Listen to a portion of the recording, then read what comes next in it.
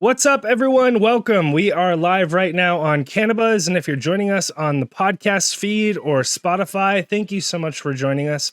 We have a great episode for you today. We have Luna all day today. We are going to be talking all about growing. So if you're a grower, stay tuned. We have a great episode for you today. But before we get too far into it, we need to make a couple shout outs. First off, shout out to everyone in the CannaBuzz community.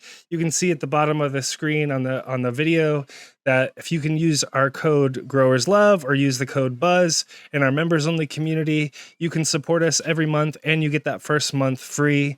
And your support goes towards keeping the show going. It also helps us go to events. So when we go to things like Emerald Cup and other stuff that comes around Dude Grows Show, that helps us go to those things. And we also use that money to send out seeds to folks in the community. There's a sign up form in the community when you join in, and we send out packs of seeds to folks. So join us over there. We'd love to see you in the CannaBuzz community. Also, shout out to our friends over at lostcoastplanttherapy.com. I've been using Lost Coast Plant Therapy because we got some random. JR and I were just texting the other day, like, hope we don't get early seasonal rain. And sure enough, what did we get? We got like rain last week, and I've been having bud rot issues with my Paradise Pine, which really bums me out. And so I've been spraying a Lost Coast Plant Therapy. So huge shout out to Dirk and Lost Coast Plant Therapy. Check them out, lostcoastplanttherapy.com. We really appreciate their support. It's a great spray that you can use in your grow. JR's used it to like clean the walls of his grow and stuff like that. It's just a really great product. So check it out, and we appreciate their support. And then last shout out for me before I throw it to JR and he'll kick off the interview is shout out to sacred3mushrooms.com and to nazigardens.com. If you want to grow your own fungi at home, check them out. They have your own grow kit. It's everything you need and then some, including directions right on their website. Go to their website and use the code CannaBuzz for a discount. All right, JR, I'll throw it over to you. Excellent. Thanks, Q. First, we'll do our Tiki announcements.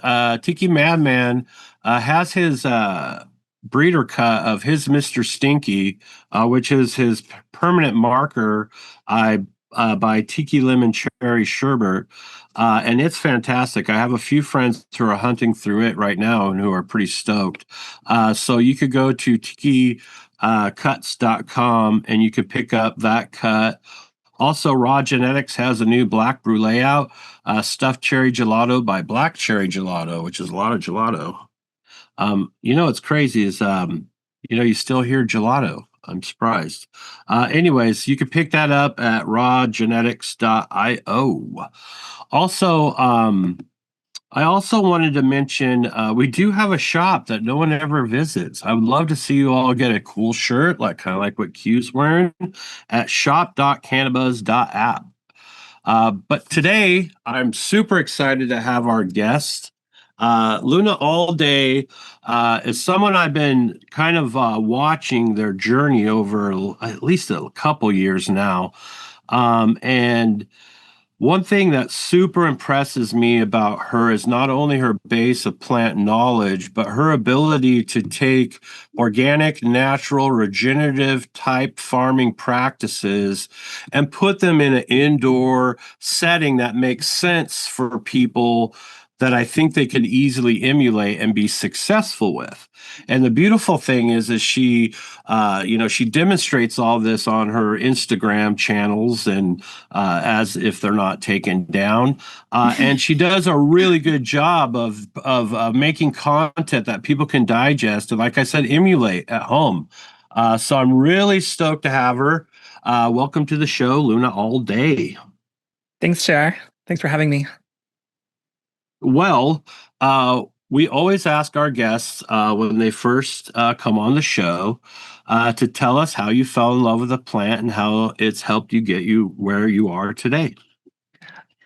Yeah, sure. So first of all, I was introduced to the plant as a consumer at a relatively younger age. And it became a big part of how I socialized and how I met new people, I guess you would say, back in, like the early 2000s and such. And my love for consuming it led me into a community of cultivators. And I was originally inspired to do like hydroponic stuff. But shortly after, I was introduced to living soil through who I would consider to be my mentor up in Northern California. And it was all in-ground living soil, integration of companion plants, cover crops, as well as like beneficial insects and different natural farming techniques. And he was a very passionate breeder. And he just taught me all about the biology, how to make ferments and compost teas and different inputs we use to increase biology and nutrient cycling. And I just fell in love with the intricacies that surround living soil systems and mimicking ecosystems and using nature and nurturing nature to support the soil and allow the soil to grow the plant. I was introduced into different growing communities, different natural farming communities as well on like Facebook and stuff back in about like 2013, 2014. And I just fell in love with the knowledge surrounding all of it, the microscopy, the enzymology, the entomology, mycology, soil food web balancing, soil mineral balancing theory. It was just so fascinating to me, and I just dove headfirst into all of it, and really got obsessed with all the little details, and moved into soil building, and now it's implemented into my everyday life, and I love the bountifulness that it's brought to my life. The abundance has been great. Yeah, we like to say that the plant provides. Yeah, it really does. It really does. I take care of the plant takes care of me. I sometimes I feel like I like growing weed more than I like smoking it. I said that to my neighbor once, and he's like, "But every time I'm outside, I always smell smoke." So I'm not sure if that's true or not. But anyways, you know, I really connected with growing myself and with soil in particular. I really love growing in soil. So you mentioned growing in soil, and when I was checking out like your links on your bio or whatever, I think you had like a Soil King link maybe. So could you explore like with us, because like we were saying before we started recording, we have a lot of growers that listen. So yeah, tell us more about your soil situation. What kind of soil are you using, and what do you do to like prepare your soil? Yeah, for sure. So right now in my current little tent grow series, which is kind of like a passion project where I'm trying to show like how I would approach things in a tent situation and just like my unique style, like how to navigate that space. I typically mix my own soil. I had been using my own soil for many, many years, my own soil mix that I kind of like balanced and perfected. But I really wanted to demonstrate that you don't have to have like this massive background in all the intricacies of how living soil functions to be able to grow a quality crop. And I also wanted to collaborate with a lot of different companies and stuff like that to show people like, look, we don't have to know how to calculate soil mineral balancing theory. We can just use these different things and these amounts and so on. Patrick King is an old friend of mine back from like the Probiotic Farmers Alliance, which is a Facebook group that I got really involved in, over a decade ago. And I'd always wanted to work with him, to do something with him, and nothing kind of really ever came about. And I was like, you know what? I'm just going to hit up Patrick and see if he'd be willing to like hook it up with some Soil King big root soil. And so he did. He sent me a tote, which was like 1.5 yards. And I just had the crazy idea of I'm going to grow in a 4x8 tent, and I'm going to use 150-gallon smart pots, 2 of them. And I put the entire tote in these 250-gallon smart pots in a tent, and just decided to grow one plant in each of them. And it's been really, really fun. And it gave me the opportunity to play with a lot of different techniques, as well as be able to introduce like a living mulch, which I'm doing now with alyssum, which has this wonderful honey floral aroma, but also provides a lot of root exudates to the soil, allows for quick nutrient cycling. And those root exudates allow for a population of protozoa, which are microscopic life forms that will consume bacteria and then through their excrement cycle nutrients so that that it's readily available to the plants. So with my soil, what I do is I add it, I make sure that it's completely homogenized with moisture, like it's completely saturated to field capacity, which is when you grab it and you squeeze it and only about like a drop comes out. It's like the maximum amount of water that would be allowed in a field. But since we're in pots, we can add a little bit more. So we just want it to get to field capacity, which is just that level of where it's evenly moist, but it's not like soaking. We can't like squeeze a bunch of water out of it. And then I'll introduce my biology, which I'm a huge fan of earthworm castings and insect frass. I love like insect-based byproducts as our biology source. And these are called mesophilic bacteria. They're bacteria that like to exist in a particular temperature that's about the temperature of like room temperature. There's thermophilic, there's mesophilic. And then I forgot the one that's cold, what like cold bacteria are called. But thermophilic are what you're going to see in like a typical compost where you turn it and it gets really hot. And that's based on like nitrogen content. But that hotter temperature, that bacteria that likes to exist in that hotter temperature is thermophilic. But I like mesophilic because it's going to really thrive in a temperature zone that we want, just like that's going to be our typical day-to-day temperature. And that's what like insect-based byproducts are. So I use a lot of insect frass, earthworm castings, but I also like to use bokashi. So I'll mix those three together. I like to call it the Holy Trinity.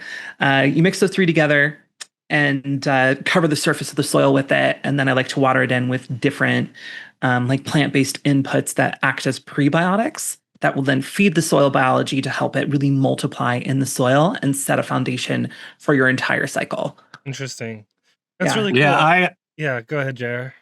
I actually do the same thing. I get Frass Valley insect frass, and I get Southern Oregon bokashi, and I incorporate that into my Coots mix when I do my mixes. So now that you've had experience in the ground soil, and you've had experiences building soil, now that you're doing a more living soil out of a bag, how do you feel about that as far as its microbial charge and everything being ready to rock? So that's an interesting question. I wouldn't say that there's much of a difference between making your own and buying a bag soil, as long as the bag soil is properly mineral balanced and as long as what you're making is properly mineral balanced. So if you have a soil mix that has been meticulously balanced through like Mehlich 3 testing and saturated paste testing, they're all going to perform relatively the same. With some few exceptions, the different inputs used kind of set a foundation for like the carbohydrates that are present and the enzymes that are going to be present in the soil, which will eventually they create the precursors and cofactors that lead to different secondary metabolite expression. And so what that means is when you have a different soil composition, your end product is going to be slightly different. And this is what people call like terroir in like grape cultivation and a tobacco cultivation, where you see in different topographically unique locations with different topographically unique soils that the same genetic, same phenotype, same clone can express itself in different ways based on that soil composition and the environmental conditions. So in an indoor setting, we control our environmental conditions. For the most part, our air is going to be slightly different, but our temperatures and our humidity, we try to keep a close control of them, right? So based off the different inputs that are used in the soil that you're using, you'll get a slightly different genetic expression. But if the soils are made properly, they should perform the same. Sometimes people do more or less organic matter. They decide to use thermophilic compost instead of like an earthworm casting. And that'll change things a little bit. But as long as you have like, well draining soil, and not too much organic matter, I think that having too much organic matter can actually limit the growth rate of your plant. It should perform mostly the same. So another contributing factor would be if you're using like peat versus coco coir in your soil mix, because that behaves a little bit differently.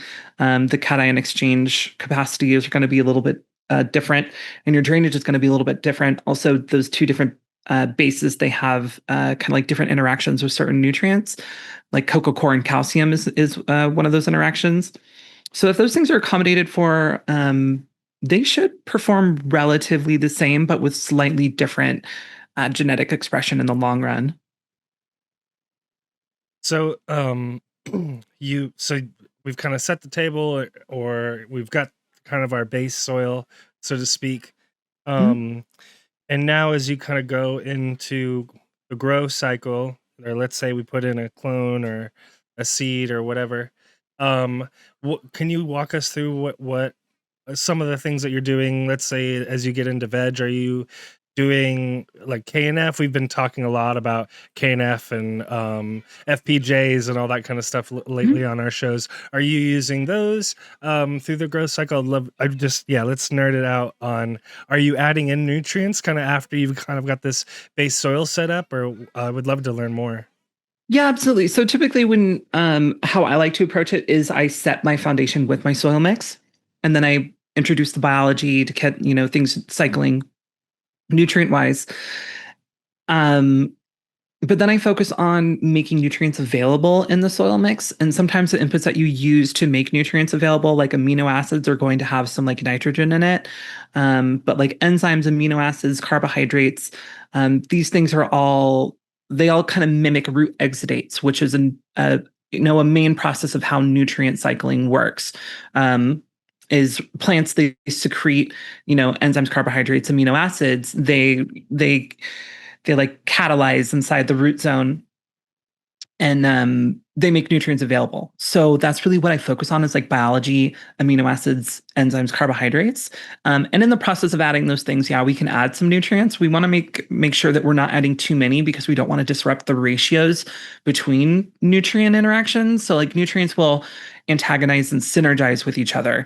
And some nutrients, they need to have correct ratios with other nutrients, like potassium and phosphorus need to have a very specific ratio. And those ratios are also important between your macro and your trace minerals, right? And so if those things get kind of out of balance, you can lose availability of a certain nutrient, even if you have that nutrient in your soil. So I try to avoid adding too much of a nutrient, just because I don't want to create any imbalance in the soil. However, once we reach our flowering period, we actually do want different ratios of like potassium and phosphorus to nitrogen than we did in our veg cycle. So I'll use like a top dress blend, typically balanced by someone who's done soil mineral balancing theory, is familiar with it, and has already done that work for me. Or I can do it myself, which is something I'm familiar with doing. But going out and sourcing all the individual inputs and then making all the ratios can be a bit of work. And so I've kind of just collaborated with different companies that have now provided that for me and done the work for me, because I want to show people that it can be easy. Living soil can be pretty easy. So in veg, I kind of stay away from like veg top dresses, unless at the end of my cycle, at the end of my cycle, I'll do like a test. I'll run like a Malic 3 and a saturated paste test.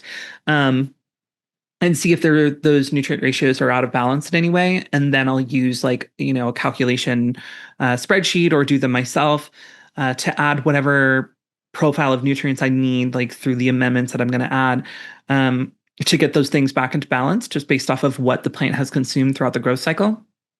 But through veg, I pretty much don't do any top dressing. Actually, I don't think I do at all, unless it's just earthworm castings, insect frass, and bukashi, things to really focus on biology. And then in flower, I like to add different like flower-based top dresses. I've been using Green Grow's Pride Lands for the first 4 weeks, where I'm a big fan of more frequent light feedings. So I'll do much lower than like recommended doses and add them every week instead of one big feeding. Because I don't want to overload the plant at any particular time. I don't want to throw things out of balance. I've found that less is really more. And then when the plant nutrient demand shifts around like week 4 into 5, then I'll use like a different ratio of like top dress. So they have their flower finisher, and I'll do that for like 2 more weeks. And then the last 2 weeks, I usually just let it ride, and I focus on like carbohydrates, like sugar sources and stuff, because then the plant shifts its focus onto resin production and not so much like building biomass, like plant, like a bud structure. And those carbohydrates are really great for that stage of development as well. So I shift things a bit, but I try to stay away from shifting nutrient balance sharply at any time during my grow and focus mostly on biology and making nutrients available and like chelating compounds, things that'll like chelate nutrients. So Right. like organic acids as well, like fulvic acid too. So like those are carboxylic acids, right?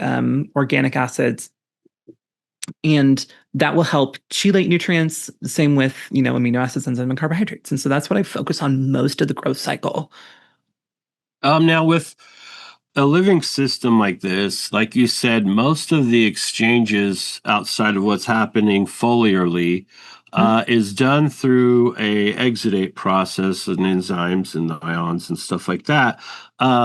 When the plant is asking for what it needs and it's given what it needs, it will naturally go through the stages of a child to senescence. Mhm. Do you find that adding a complete buffet allows it to always have what it wants when it needs it? Or are you really doing targeted specific delivery systems at specific So phases?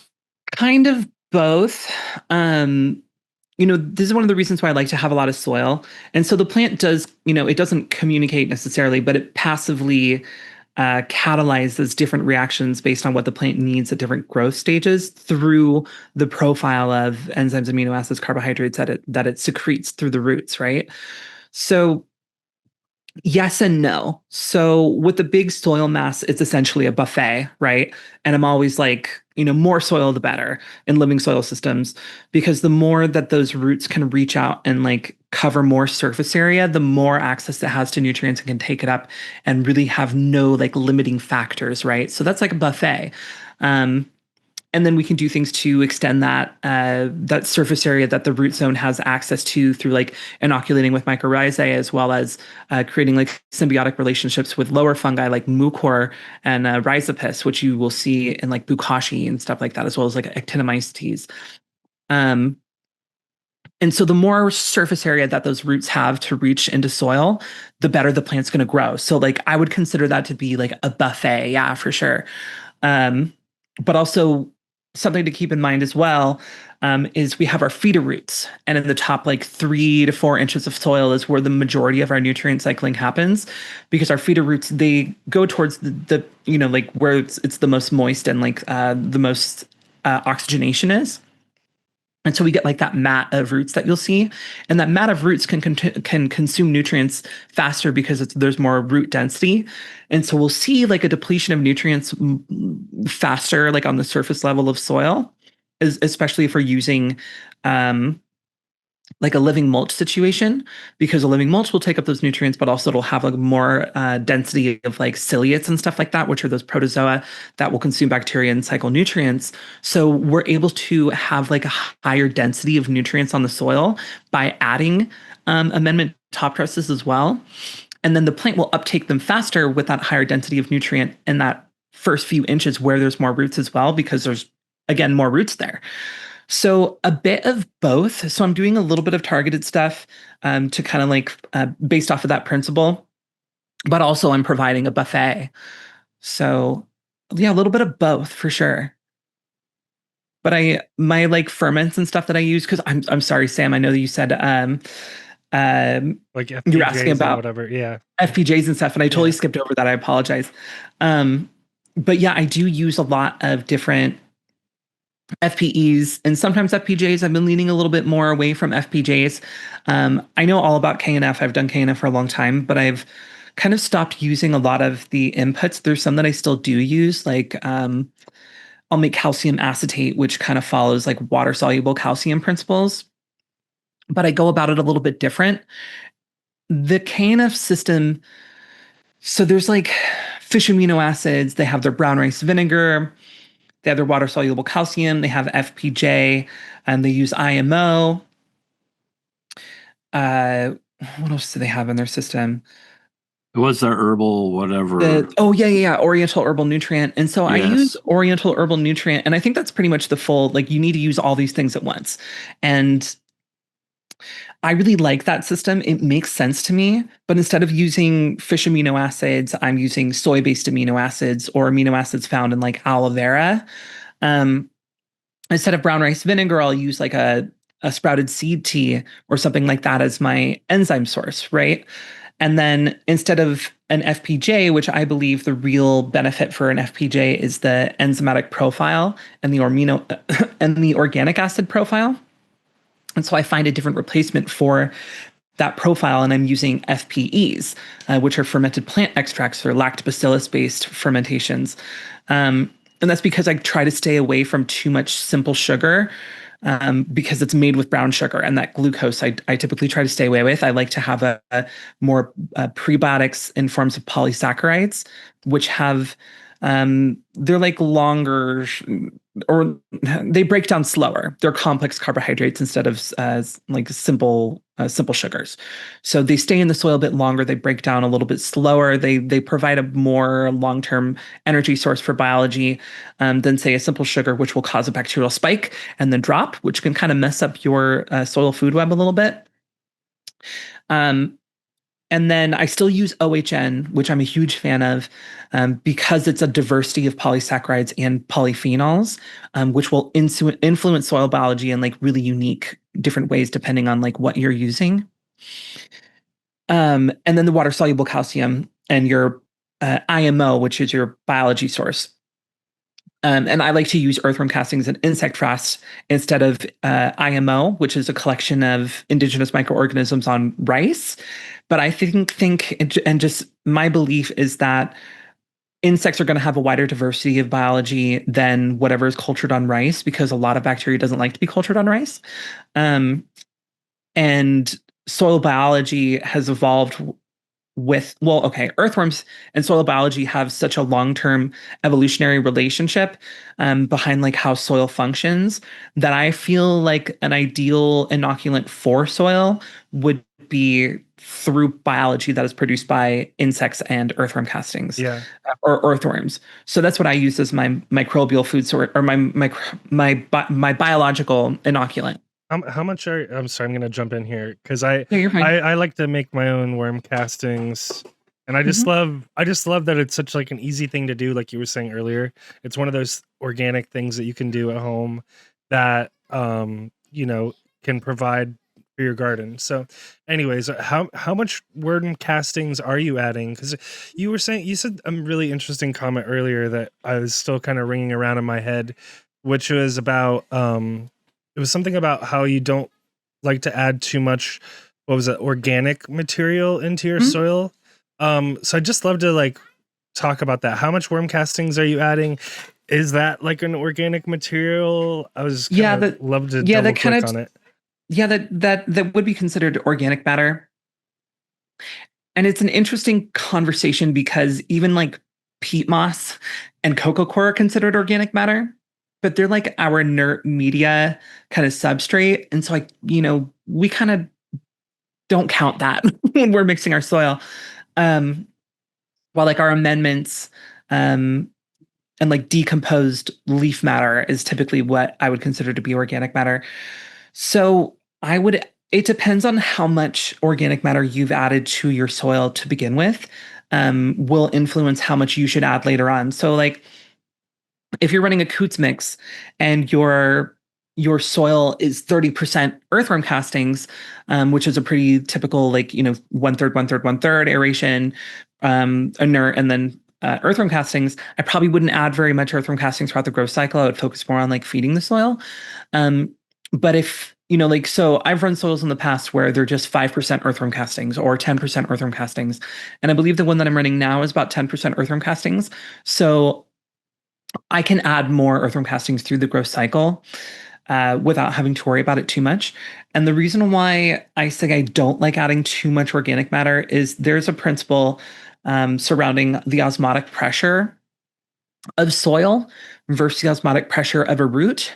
And so how a plant uptakes nutrients and moisture is based on the osmotic pressure of like roots and like root cells, which they're very porous plant cells, right? So they have a high osmotic pressure and then the moisture will enter into the root zone because it's like a balloon. If you're not familiar with like osmotic pressure, it would be like a balloon would have like a low osmotic pressure, right? Where it seems counterintuitive, but like that pressure then escapes the balloon and diffuses into the surrounding space around it, right? Or in like a storm system, you'll have like a high pressure, low pressure system, and the condensed air will move from a high pressure to a low pressure, and that's what creates wind, right? Is like pressurized air moving up and down in the atmosphere and so on. So that's a similar thing that's applicable in like soil and moisture and roots, right? So if your soil has so much organic matter in it that it's holding on to moisture, like it's the osmotic pressure is not allowing it to go into the root zone because the soil itself has so much organic moisture, like organic matter that it's holding onto the soil, the plant isn't actually able to easily take that moisture into the root and move it through the plant. And this is another thing to take into consideration when kind of like discussing this is our humidity in the environment, right? So if we have too much humidity, the plant can't transpire that moisture because there's too much moisture in the air already, and it's not able to transfer nutrients through the root zone, through the plant, and then release the moisture into the air because the plant itself is going to be releasing moisture as well. So we need to have not too much moisture so the plant can release moisture and then move nutrients through, right? So if we have too much organic matter and the plant or the soil is holding on to moisture too much, we're actually going to slow our plant's growth rate by having too much organic matter in the soil. And that's one of the reasons why you don't want too much freshly decomposing organic matter as well, because it holds on to a lot of moisture. It gets like slimy and like gooey, right? So I like to keep freshly decomposing organic matter away from my soil. I like to do that kind of decomposition away, like from the soil mass, where you either move it, you let it dry out, you can then put it back and then let the worms kind of break it down and remove that moisture from it. Or like let earthworms and like black soldier fly larvae or crickets or mealworm or whatever to break down that organic matter for you. So that's like kind of why I avoid too much organic matter in a soil. One of the gentlemen that I was listening to spoke about compost tea and tea applications foliarly being far more efficient for the plant than actually doing root drenches with it. How do you feel? I'm sorry, say that again. You said that foliar applications of biology are more efficient than soil applications of biology? He felt like compost teas, you get more benefit from foliar applications. You'll get far more bang for your buck than in soil applications. I'm curious to know what his reasoning is behind that. So different growers in different situations are going to find different inputs to be more effective based off of what their plant needs. And you're going to see like a drastic response based off of if you had any gaps in your soil. So for example, I had a friend who started introducing trace minerals because he didn't have like a lot of available trace minerals, and his plants just responded with like praying and being super happy. And he was like, "Oh yeah, this stuff is great. Every time I add it, the plant prays and loves it."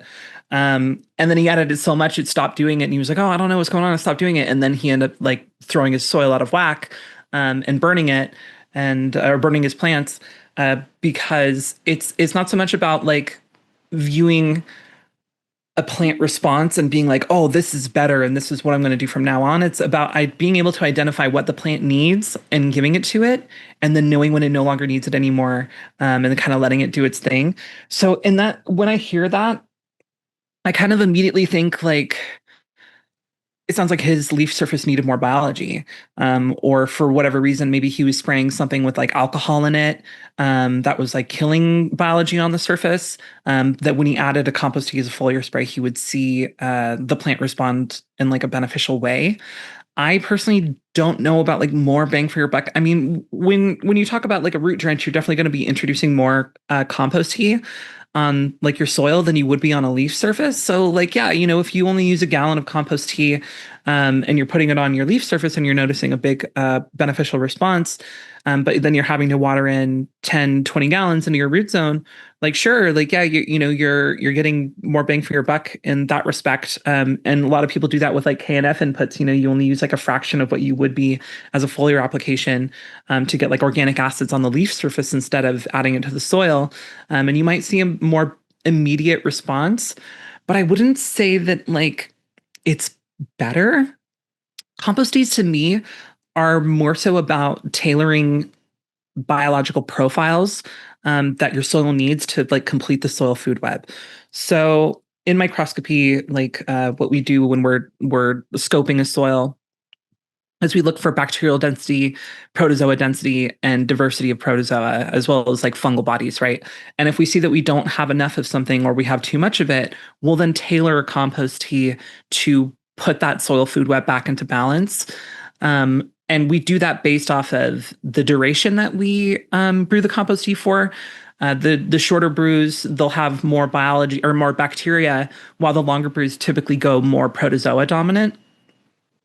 And so if we scope our soil and we see that we don't have a lot of protozoa, we'll make like a longer brew compost tea and we'll introduce it to it. That's how I approach using a compost tea. But I typically just use top dresses as my main source of biological inoculant. I think that it's a more effective way to introduce a full biology or full diversity of biology, because soil is not water. There's a far wider diversity of compounds in soil between all your nutrient amendments that you've added, all the enzymes there. It's a far more complex system than water is. So I feel like when we're making compost tea, it's for a very specific reason. However, we can also use compost teas to increase the effectiveness of different plant inputs that have like an organic acid that acts as a phytohormone to make it like super available to the plant. So for example, I like to add aloe vera at the end of my brews because it has a great salicylic acid, auxin, has 19 out of the 20 naturally occurring amino acids. And I've noticed adding it to the end of a brew, it just like kicks into the plant immediately and it enhances the functionality of whatever input I'm trying to use. And you can do that with different plant inputs that have different phytohormone properties, like coconut water or a sprouted seed tea, or I like to use beets. There's a whole, and like, you can ferment bamboo, you can ferment premature berries and peaches and apples and pears, and they'll have different density of different organic acids that act as phytohormones that will stimulate the plant in a particular growth period of the plant where it needs that particular phytohormone. And that's how I like to approach using compost teas. So you mentioned earlier what was it called? It was a calcium acetate. I'm not familiar with that. So could you like explain that to me? What is that and what kind of product are you using or making? Yeah, for sure. Okay, so in Korean natural farming, there is a input called water-soluble calcium, and the process in that practice is you take eggshells. You peel like the membrane out of the inside of them. You crush them up into tiny little pieces as like small as you can. You cook them for a certain amount of time at a certain temperature, I forget. And then you grind them up even more to have like more surface area. Then you add apple cider vinegar to it, or just a vinegar in general. The vinegar has acetic acid in it, and the acetic acid reacts with the calcium carbonate in the eggshells. Excuse me. And it reacts to create calcium acetate, and calcium acetate is a immediately available form of calcium. And you use it as a foliar spray. It's great to get calcium, all over your plant. Or you could use it as a soil drench. It's another great way to introduce it to the soil. But what I like to do is there's an input, a mineral called aragonite, and it's 99% calcium calcium carbonate. So I like to find it in a micronized form, so it already has like the most surface area possible. And then I just take apple cider vinegar, and you can even use white vinegar, which has more acetic acid in it. And then there's some calculations that you can do. I have posts on my Instagram that show the calculations, so you can figure out exactly how much you have to add to make like a perfectly dissolved reaction. But I don't know how important that is to have it like perfectly dissolved. You could probably have extra in there, and then just like there's a little bit of sediment. You could filter out the sediment if you want, or separate it in however way you think is easiest. And then the apple cider vinegar is full, or what was once apple cider vinegar is full of calcium acetate. And yeah, so that's my take on making water soluble calcium in like a KNF style. That is technically not KNF. That's really cool. Are And you then- t- are you yeah, go are ahead. you toasting your shells prior to processing? So when I did make it the traditional way, I would, yeah. You kind of crush them, you toast them, and then you crush them again, and then you mix your apple cider vinegar. Yeah, and like a coffee grinder or something like that, I imagine. You like Yeah, you can use like a Yeah. coffee grinder, like a mortar and pestle. Yeah. You could use a blender probably. I've heard of people doing So- stuff like that. That's really cool. Yeah, it's fun. So one of the things that's kind of been coming across my radar is some of the larger living soil commercial facilities are starting to introduce horizons. In an indoor setting, when you're mimicking, like you're in a tent and you're mimicking these regenerative practices, do you feel like that makes sense, or maybe not so much? So that's Leighton Morrison that kind of popularized that technique. The what did he call it? The horizontal. Yep. What do you Yeah, remember? you what it's got called? your organic clay, silt, and then I think your rock is your bottom kind of Yeah, thing. and that kind of simulates and kind of emulates like what a normal or like a native soil would do. Mhm. It would have different layers. And I think it's a cool idea. I've never tried it. Different layers of like soil depth, having different compositions will have different biological profiles like within those depths, right? Because there's different soil composition, and we kind of touched on this a little bit earlier. So I think that it in principle is a cool idea, and it's one of the reasons why in my tent right now I decided to have a really deep soil mass, is because at those different depths we're going to have different soil biology, and the more diversity that we have, the more diversity of enzymes that we have, the more diversity of carbohydrates that we have. And then we have a larger foundation for precursors and cofactors to biosynthesize secondary metabolites and volatile organic compounds, which is our aroma, right? The volatile organic compounds are, which is more than terpenes. It's your phenols, your aldehydes, your esters, your thiols, and that's what creates like your sulfur compounds, and that's what creates the full profile of aroma. And the industry isn't quite at that point of testing for all of those compounds. It would be a lot more testing, and it would be a lot more expensive, and it would take a lot of like re-education of like the general public. And I think it's just kind of a lot of scientific information for just a day-to-day consumer. It's easier to just be like, oh yeah, terpenes. But terpenes are just a small piece of the puzzle that create aroma. So back to your question, I think it's a cool idea. I think that there's some room for error, because you can create what's called a raised water table doing that, where you can actually get like anaerobic layers inside of your soil from too much clay and too much silt, because it's not very well draining. But I think that it's a viable and scientifically sound approach. I've never tried it. I've never done any side by sides, but everyone's always looking to innovate. And I definitely encourage people to go outside of the box and do innovation. That's how we all learn and grow. And sometimes things work out and the industry adapts and kind of integrates new things that it's like, wow, this is found to be tried and true, and we should all be doing this because it creates better medicine in the end product. I think that it's a cool idea. We had Aaron from NY Rooted on Instagram, and that's basically what he's done. And it is kind of brilliant because a big portion of his bed layering was all natural stuff that he could literally get and not have to pay to bring in to fill up his beds. And his rock layer at the bottom was kind of cool because above the bed, about 3 to 4 inches, he had a drain tube so that he would always have drainage, but yet there would be a pooling of about 3 to 4 inches of water at the bottom of that rock layer where they could get down in there and deep root and drink. Just like tap into that water. That was an interesting idea. Yeah, so that's really cool.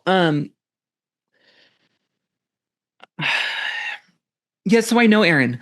And I think it's a really cool idea. I'm just concerned about anaerobic conditions sitting at a water table like that.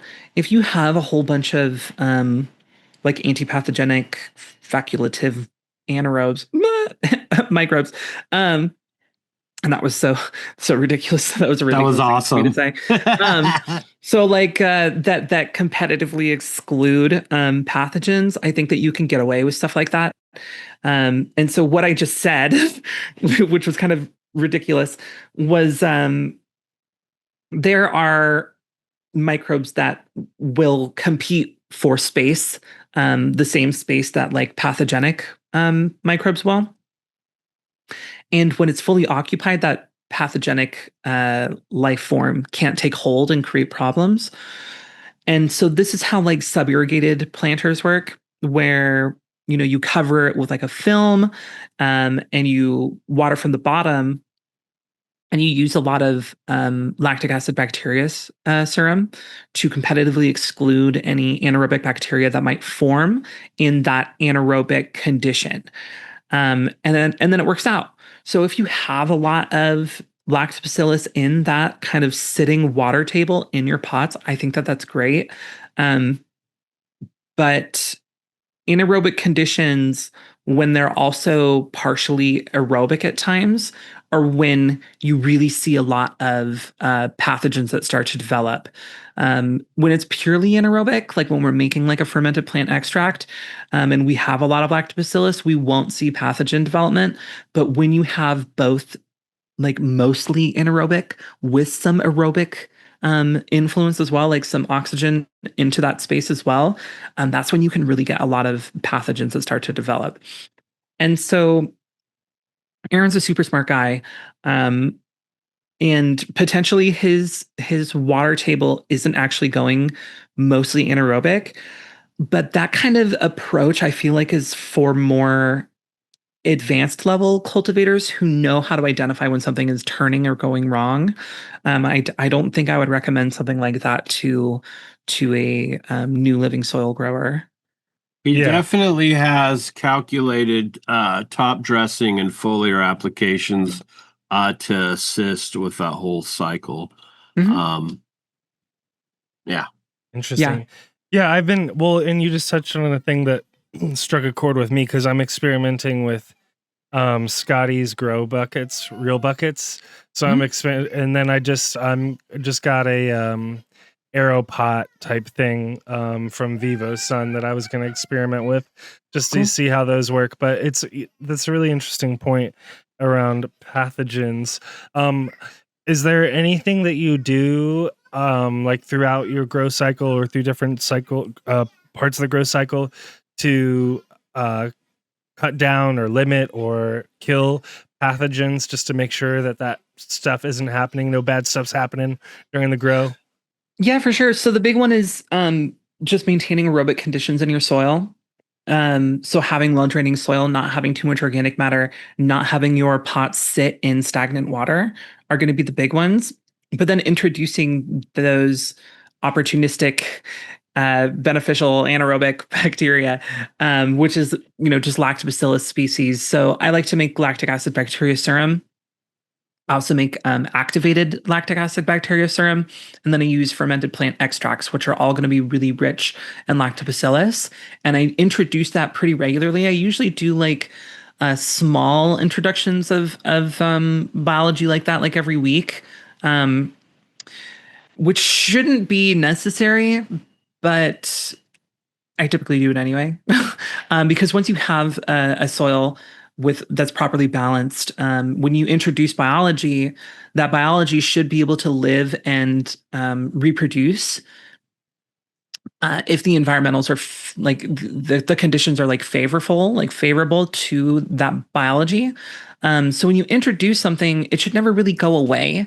It's like think of like when we introduce a beneficial insect into our environment and they eat whatever pests that are in the area. They'll live there, they'll continue to stay there as long as there's a food source for them to feed on. Or like think of like an invasive plant species or like an invasive insect that gets introduced to an area. It'll stay there forever as long as it has a food source to eat. And so when we introduce bacteria to our soil, if it has the food that it wants to eat in conditions that are favorable for it, it should stay there forever. But adding small amounts of like lactic acid bacteria is a good way to maintain like a consistent influence of the enzymes that are associated with that bacteria, as well as just like keep your populations there. Because even if the conditions aren't favorable for a bacteria and they die, they become food sources for other bacteria, and things just kind of balance out. So yeah, that's what I do. I maintain aerobic conditions. I introduce biology pretty consistently, and I scope my soil to make sure that I don't have any like imbalance of biology. I'm starting to see some of the nutrient companies do kind of a chitosan product bug, how it creates a stress response. So what is your approach to that? And can you kind of talk about how it does affect the production of secondary metabolites and kind of help build up defenses in the plant system? Yeah, for sure. So, chitosan,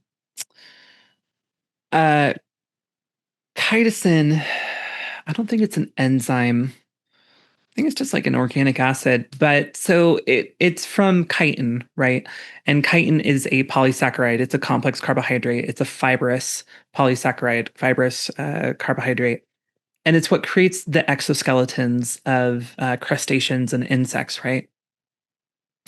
Plants have evolved through pest pressure to identify the presence of chitin and chitosan as indication that a plant is being attacked by pests, right?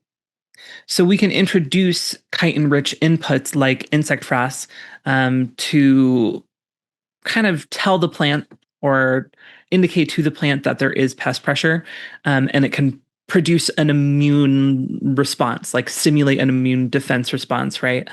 And that immune defense response is, connected to volatile organic compound biosynthesis, which means that, they start secreting or they start biosynthesizing those secondary metabolites that create aroma, because a plant's defense mechanism against pests is the volatile organic compounds that it releases.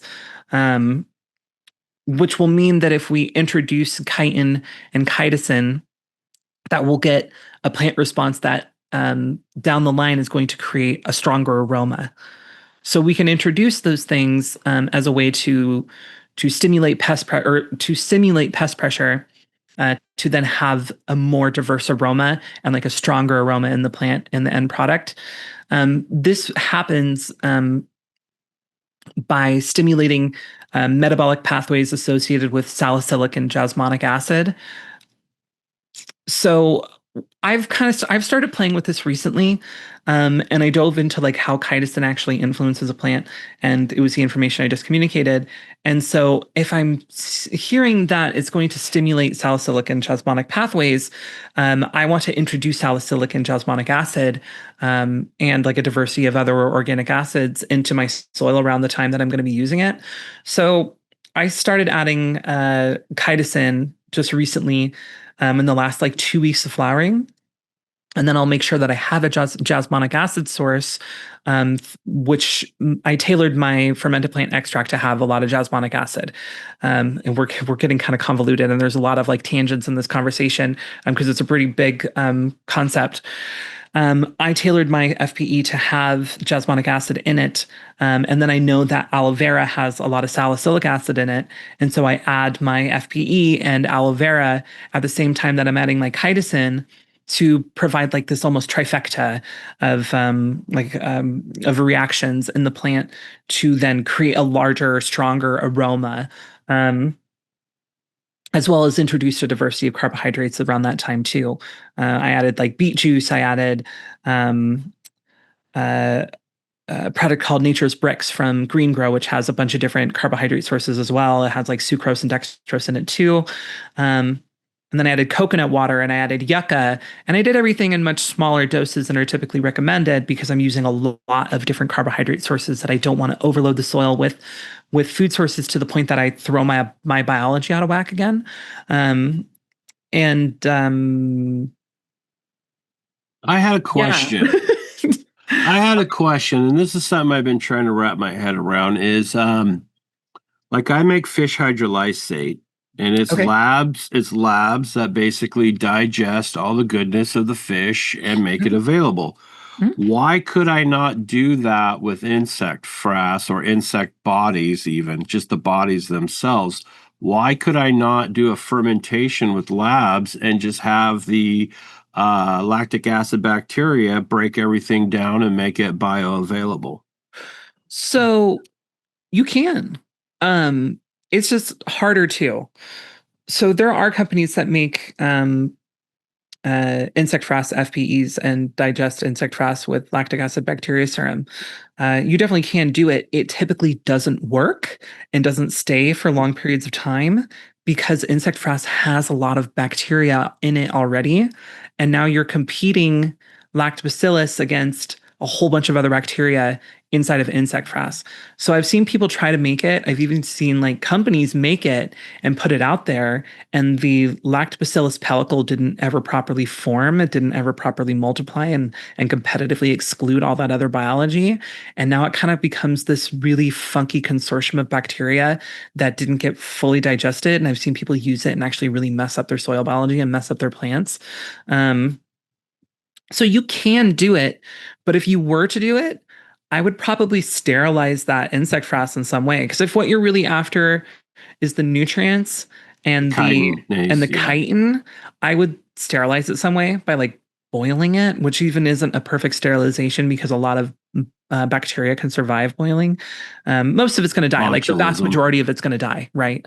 But there is bacteria that can survive it, and bacteria is very resilient, and it can form bacterial cysts, which can withstand fire and boiling and sub-zero temperatures. But for the most part, it's all going to die. But a lot of it can just go dormant. Anyway, I'm ranting now. So yeah, you can totally do it. I've thought about this and kind of dived into this concept as well, and like how I would go about it. You could add like chitin, like enzymes that break down chitin. This is called chitinases. And there's a whole bunch of different enzymes that are specific to polysaccharides that will break them down. So there's chitinases, but there's more as well, and they're applicable to nutrients too. So like for phosphorus, there's phosphatases. And then for like proteins, there's protease, which are proteolytic enzymes. And so like different cellular structures have enzymes that will break them down. And so you can add those enzymes to that chitin and break it down and have like a chitosan byproduct. Or you can just go buy straight up chitosan. It's actually really inexpensive, and it kind of saves a headache. Yeah, and but I mean, if you want just the nutrients, top dressing works just fine. Well, I was just thinking like during cicada season for all those folks with all those cicadas everywhere, That's they could a cool idea. just barrel them up and break them down. Yeah, you could. You definitely could. That's an interesting idea. Just making like cicada. Oh, how do cicadas are called cicadas? Cicada juice. Cicada juice. Yeah, it's like cicada meal, right? Right. You know, Yeah. you could totally do break that. it down. You know, Yeah. You just create like a trap where they all like can get in and can't get out, and then you like gas them out with like CO2 or something. Yeah, that's a cool idea. You could totally do it. So, in the the old times, we used to go to a lot of festivals and events, but those kind of have been kind of dwindling over the last few years. But are there any sort of cannabis events coming up in the future that you have on your radar that you're going to go to? God. Yeah, so I almost have to look it up on my phone real quick. So one of my good friends, Frank at Purple Caper, he invited me to go to Dun, dun, dun, dun.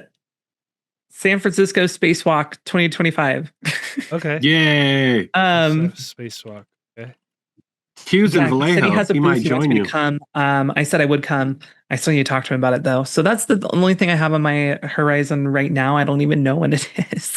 But I told him I was going to go to it. Okay, it looks like, let's see.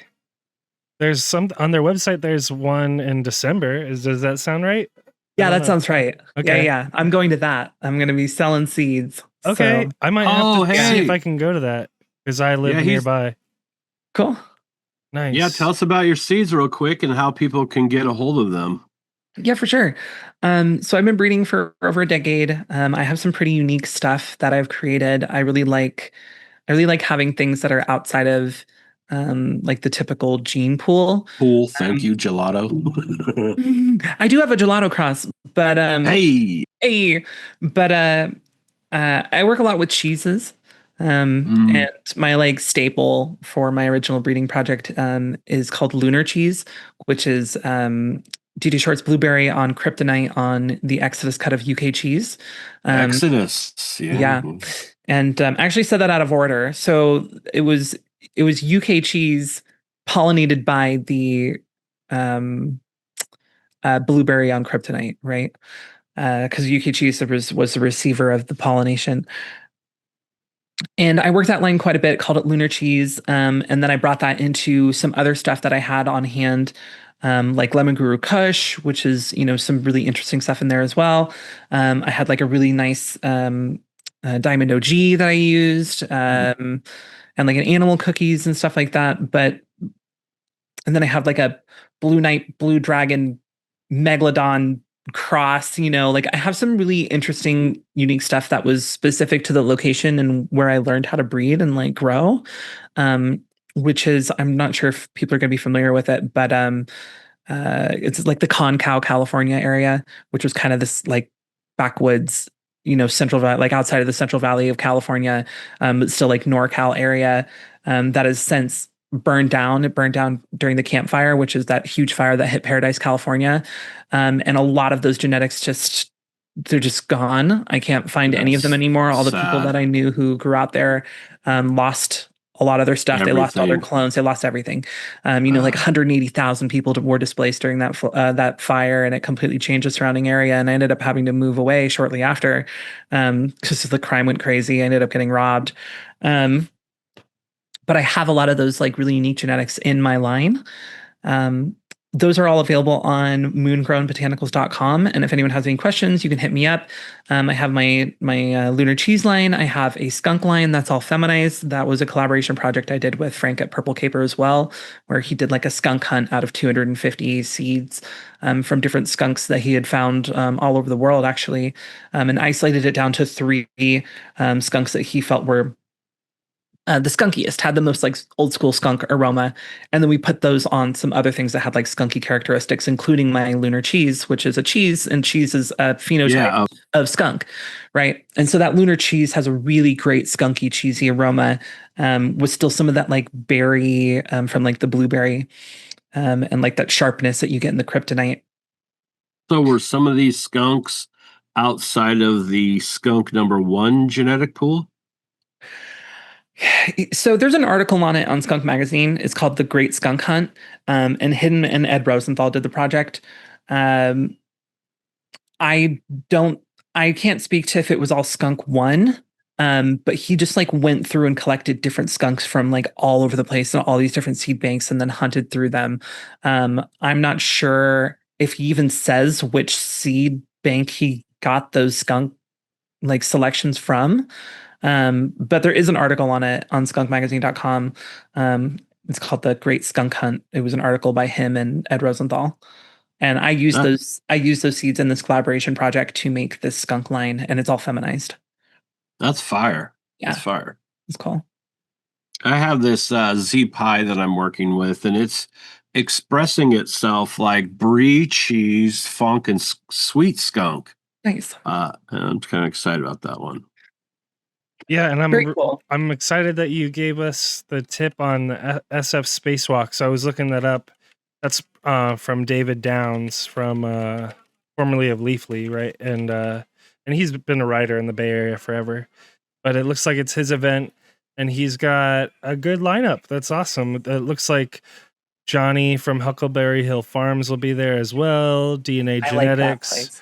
Yeah, I love Johnny. Yeah. Is awesome. I love their grow style there. Yeah. Oh, and I need to visit.